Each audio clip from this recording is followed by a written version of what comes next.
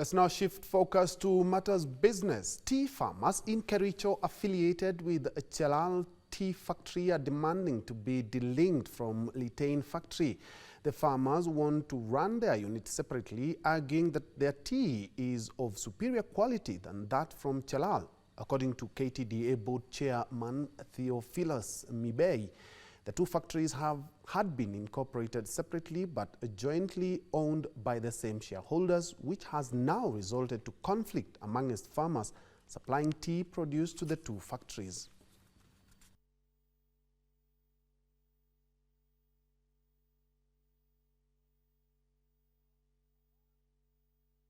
The diversity of views. The people who supply their green leaf to Litein factory, our Litein plant, actually would not want to hear of the separation of the two factories. Whereas on the other hand, the farmers who are supplying our Chelal factory have always contended that their plant need to be separated from the mother factory. In quotes, the mother factory, that is Litein Tea factory. Now that issue became so contentious and actually became a disruption to the AGM that we are holding on this day. Our Chelal Tea factory produces high quality tea than Litein Tea factory. Yes.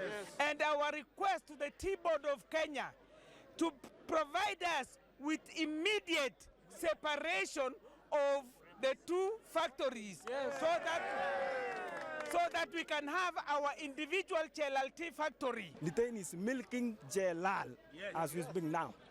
Yes. Chelal is down. As you have heard, our bonus was supposed to be 35. Litein was 25. But because of our collective burden, that's the reason why we were able to be paid low price. We want to humbly request the Tea Board of Kenya to listen to the cries of the farmers, shareholders, and do what we have requested.